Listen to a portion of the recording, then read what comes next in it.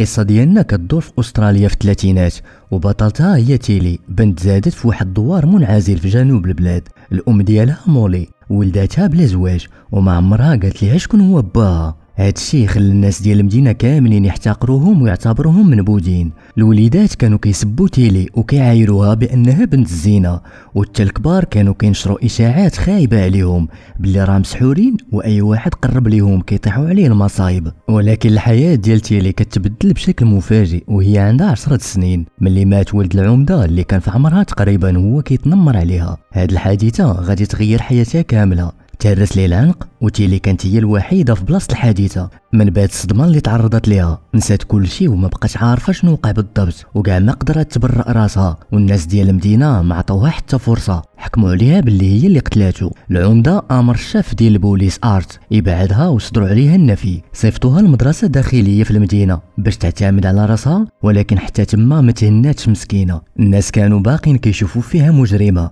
كيعايروها وكيعاملوها بحال شي مجرمه. وفي الاخير هربت من المدرسه وشدت الطريق لباريس. كان عندها هدف واحد، تبقى عايشه وتبني حياتها من جديد. تيلي دابا عندها 35 عام، تبدلت بزاف وولات نجمه صاعده في عالم الموضه والاناقه، مسلحه بالحرفه اللي علمتها ليها الام ديالها في الخياطه. قدرت تيلي تصنع ليها بلاصه في عالم الموضه، ولكن حتى داك البريق كله ما قدرش يمحي الجراح ديال الطفوله. كتقرر ترجع لداك الدوار اللي كرهاتو، وفي نفس الوقت كانت كتحن ليه باش تبرأ سميتها وتبين الحقيقه اللي كانت مخبيه. لقات الدوار باقي هو ما تبدلش بزاف، ما فيه ريحه الحياه، غير الغبره اللي كطير في ارض يابسه ومهجوره. ملي شافت الام ديالها تصدمت. مولي ولات مريضه مسكينه ومختله عقليا، عيات من سنين ديال الوحده. الحاجه الوحيده اللي كانت كتخليها باقيه عايشه هي شويه ديال المساعده من ناس قلال اللي كانت باقي فيهم الشفقه. الرجوع ديال تيلي للدوار دار حاله من الرعب وسط الناس. هادوك الناس اللي كانوا كيحتقروها ويعذبوها ولاو مخلوعين منها، حيت خافوا تكون رجعات باش تنتقم. ولكن تيلي ما دارت والو، بقات ساكته واستقرت في دار الام ديالها، وبدات كتهلا فيها وكتسنى الوقت المناسب.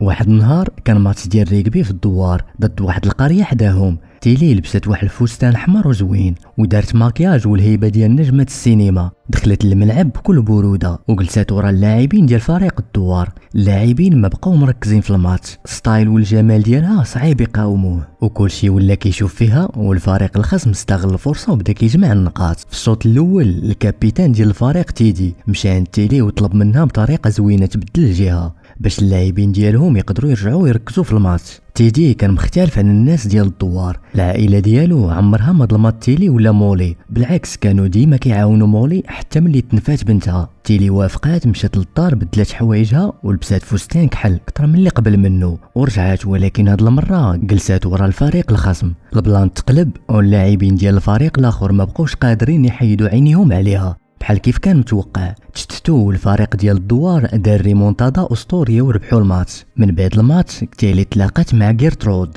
زميله قديمه من القسم. جيرترود كان عاجبها واحد الدري غني من نفس الدوار، ولكن الشكل ديالها البسيط خلاها ما عمرو ما يعتبرها اكثر من صديقه. طلبات من تيلي باش تصايب ليها فستان فاخر وتعلمها كيفاش دير المكياج، حيت كان عندها حفله النصر بعد يومين وبغات تبان وسط كل شيء وتعجبو. تيلي عطاتها جوج اختيارات، هي تخلص من مبلغ كبير هي تقول ليها الحقيقه كامله على شنو وقع نهار مات ستيوارد. هي ترددات شويه ولكن في الاخير اعترفات بالحقيقه بلي هي اللي قالت ليه البلاصه فين كانت مخبيه تيلي داك النهار.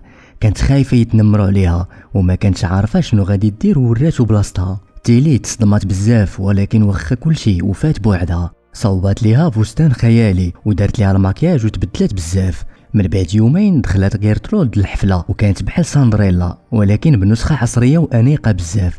داك الشاب الغني عجباتو بزاف وما طولوش حتى خطبها. وفي ليله وحده ولات تيلي ايقونه الموضه جديده في الدوار. العيالات بداو كيتصافوا قدام دارها وكيطلبوها باش تعاونهم يختاروا اللباس والمكياج ديالهم. دوار الغبره والملل تقلب ولات تزنقي بحال عرض الازياء. حتى الشاف ديال البوليس واحد العشيه جا عند باب دارها باش تفصل ليه وصوبات ليه جوج حوايج مفصلين على المقاس ديالو، ومع الوقت ولاو اصدقاء. وفي واحد اللحظه فارق قرر يقول ليها الحقيقه كامله. اعتذر ليها من القلب على اللي داز وقال ليها باللي ما كانش باغي يديرها، ولكن العمده هددو كان مضطر ينفذ.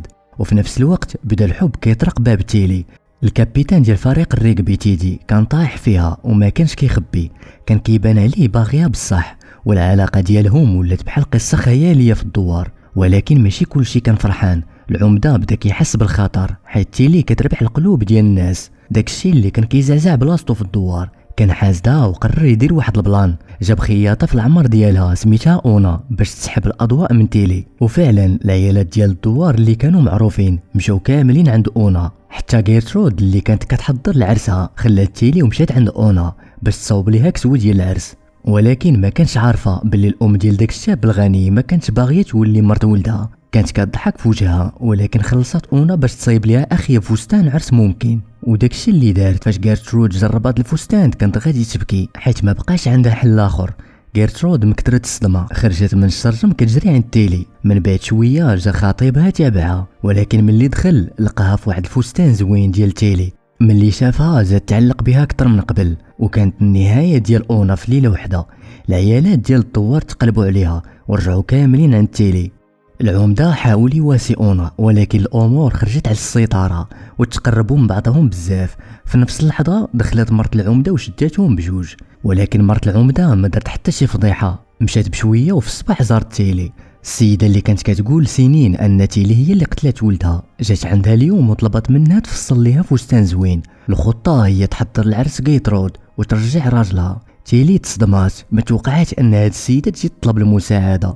مرت العمده شرحت ليها باللي كانت ديما كتعتقد باللي ولدها طاح من الشجره وما عمر راجلها قال ليها شي حاجه على تيلي. وبسبب الوسواس والقلق اللي كان فيها ما كانتش كتعرف حتى الشائعات ديال الدوار. قالت ليها ان الشاهد الوحيد اللي كان كيتفكر راجلها هو المعلمه ديال تيلي ميس بولا. تيلي قررت تحقق باش تبرأ راسها. رشات الشاف ارت بواحد الشال طويل مزوق بالريش باش ياخذ ليها تصريح الشهاده القديم ديال ميس بولا. ولكن ملي قرات الوثيقه تصدمات، كانت كتقول ان تيلي هي اللي حرضت ولد العمده ودفعاتهم فوق برج الماء، وهذا الشيء هو اللي خلاه يموت. تيلي ما كانتش كتعقل على هذا الشيء، واللي مفكره هو انها كانت كتخاف من ولد العمده وكتفاداه باي طريقه. مشات تواجه ميس بولا. ديك الشارفه ما قداتش على الضغط واعترفات باللي كذبات. شافت كل شيء مشرجم المكتب ديالها في ذاك النهار، كيفاش ولد العمده حاصر تيلي وكان باغي يعنفها، ولكن خافت من ردة فعل العمده. سدت الستائر ودارت بحال ما شافت والو.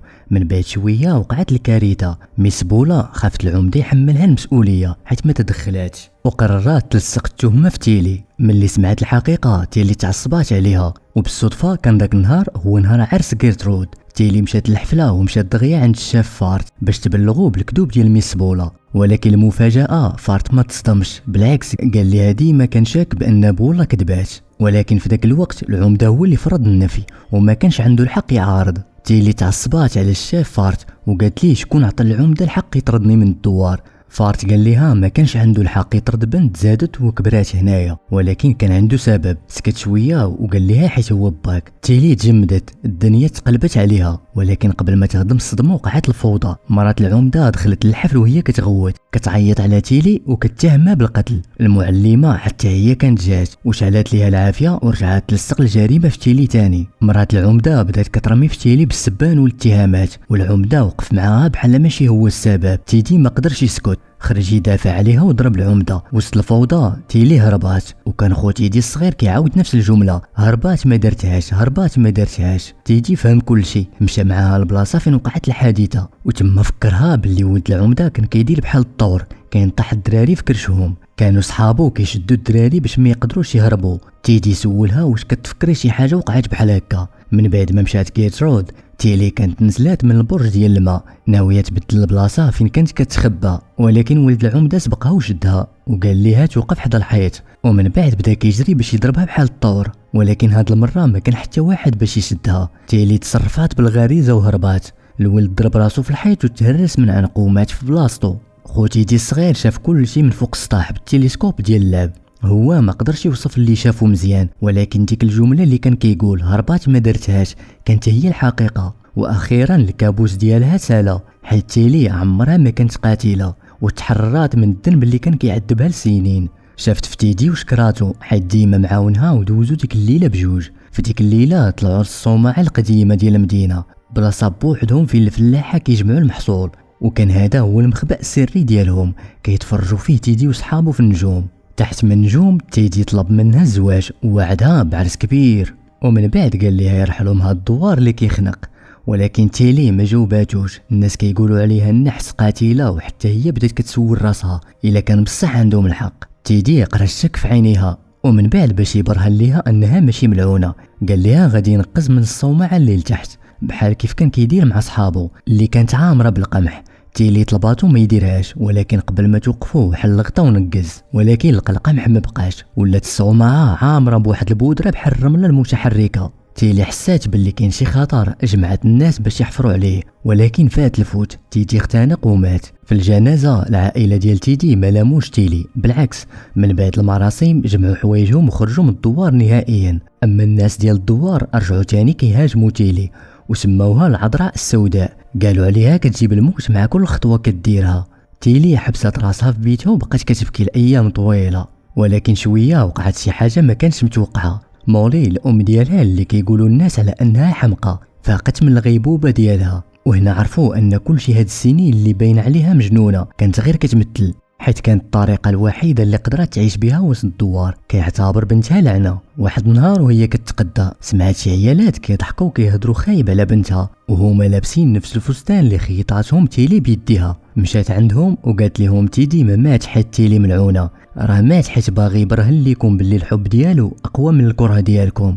ملي رجعت للدار جلست مع تيلي وقالت ليها الحقيقه اللي خباتها عليها لسنين. العمده ماشي غير راجل حقود، كان باها في واحد الوقت اللي كان فيه مازال فقير وما عنده قيمه. ملي بدا يطمع في السلطه تخلى على مولي وهي حامله، وتزوج بنت العمده القديم وباعهم مقابل النفوذ.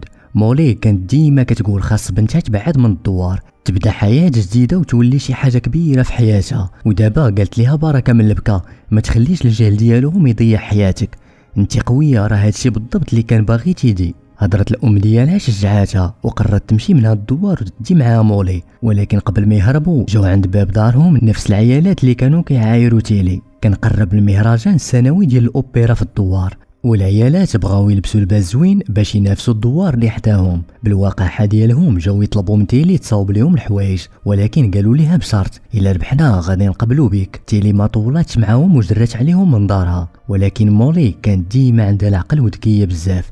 دارت خطه باش تنتقم. في الغد مشات عند مرض الطبيب ومعها رساله، حيت البوسطه ديال الدوار كانت ديما رافضه تعاون تيلي ومولي بسبب العزله ديالهم. مرض الطبيب كانت هي الوحيده اللي بقات كتعاونهم من غير عائله تيدي. مولي طلبات منها تصيفط الرساله للمدينه اللي حداهم، وكرم الشكر جابت معها كيك فيه شويه ديال الماريخوانا. مرض الطبيب كانت عايشه العنف والتعذيب مع راجلها حتى ولات مارسه جسديا ونفسيا. كانت كتعيش في الالم، والاسوأ من هادشي ان راجلها كان كيمنع عليها حتى الدواء، بحال الا كيتلذذ بالمعاناه ديالها. ولكن الماريخوانا كانت تقدر تخفف عليها شويه، وكانت كتمنى داك الكيك يعطيها شويه د الراحه.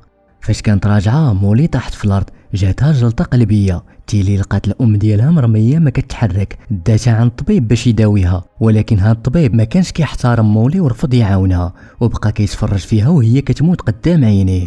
مولي ماتت، وتيلي اللي كانت مازال كتحاول توقف على رجليها غرقات في الحزن ديالها مسكينه. ولكن القدر عنده طريقه قاسيه باش يوازي الامور. نهار واحد من بعد الطبيب حتى هو جات نهايته، كان مريض بواحد المرض نادر ما كيسمح ليه يتحكم في الحركات ديال رجليه، وكل مره كيمشي خاص شي حد يكون قدامه باش يوقفه، ولا كيبقى غادي بلا ما يوقف، الفرانات مقطوعين ليه. وهذا الشيء علاش مرض الطبيب كانت ديما كدير الكرسي قدام الباب باش توقفو قبل ما يبعد. ولكن داك العشيه بالضبط بعد ما كلات الكيك اللي فيه الماريخوانا، مرض الطبيب كانت مشوشه وما قدرتش توقفو في الوقت. خرج الطبيب وموقف حتى طاح في البحيره اللي قدام دارهم وغرق في البلاصه. فاش السكان ديال الدوار لقاو اثار الماريخوانا في الكيك، جاو دغيا كيتهموا تيلي وقالوا ليها سمات الطبيب ومراته. هجموا على الكوميساريه وطلبوا يتشدوا. في ديك اللحظه خرج الشاف فارت وقدم راسو وقال لهم ان داك الكيك انا اللي هديته لمرات الطبيب، تحمل المسؤوليه كامله وتشد. تيلي اللي فقدت راجلها وميمتها ودابا حتى الصديق ديالها الوحيد تقلقت بزاف، ولكن ما بقاش واقفه بلا ما دير والو. خدمات بالعقل وخيطات ازياء راقيه لسكان الدوار اللي غادي يشاركوا في مسابقه الاوبرا. وكنعرفوا ان الرساله اللي كانت مولي طلبات مرات الطبيب تصيفطها قبل ما تموت كانت طلبات للدوار اللي حداهم باش ينسخوا تصاميم سكان دوارهم قبل المسابقه. في نفس الوقت تيلي مشات بالتخبيه عند مرات العمده وقالت ليها على الحقيقه باللي العمده هو باها، وماشي غير هادشي، زادت كشفات ليها سر مظلم. العمده كان كيحط مواد مخدره في الماكله ديال مراتو لسنين باش يزيد من الوسواس والقلق اللي فيها، حتى ولات مسجونه في دماغها وخايفه تخرج من الدار. مرات العمده سمعت هادشي خوات الغضب اللي كبتاتو لسنين. في داك الليل شدات موس صغير ديال الخضره وقطعت العصب ديال رجليه وخلاتو كينزف حتى مات. من بعد بكل بروده مشات لمركز الشرطه واعترفات بكل شيء. ومن بعد ايام وصل مهرجان الاوبرا في الموعد. الفريق ديال الدوار الاخر لابسين تصاميم تيليل واعره وعجبوا لجنه التحكيم دغيا. اما الفريق المحلي اللي كانت كتقودو غير جود لبسوا ازياء باروكيه خايبه، تخلص عليهم كل شيء وخسروا. وفاش كانت المسابقه كتنظم تيلي كانت كتوجد للضربه القاضيه. تيلي تقادات مزيان وتانتكات ولبسات الطربوش ديالها، لحت القماش فوق الطابله وبالبريكه ديال تيدي شعلت العافيه في كل شيء. العافيه شدات في الثوب وتسربات دغيا حتى شعلات في الدوار كامل. ملي جاو راجعين الناس ديال الدوار من الهزيمه في المهرجان ما لقاو قدامهم غير الرماد والخراب. الفساتين اللي كانت كتغطي السم ديالهم تحرقات ومشات في حالها وهي مستعده تعيش في عالم حسن ومضوي على هاد الدوار المريض. حتى لهنا سال الفيلم ديالنا. الى عجبكم الفيديو ما تنسوش ديروا ابوني وتفعلوا الجرس باش يوصلكم الجديد.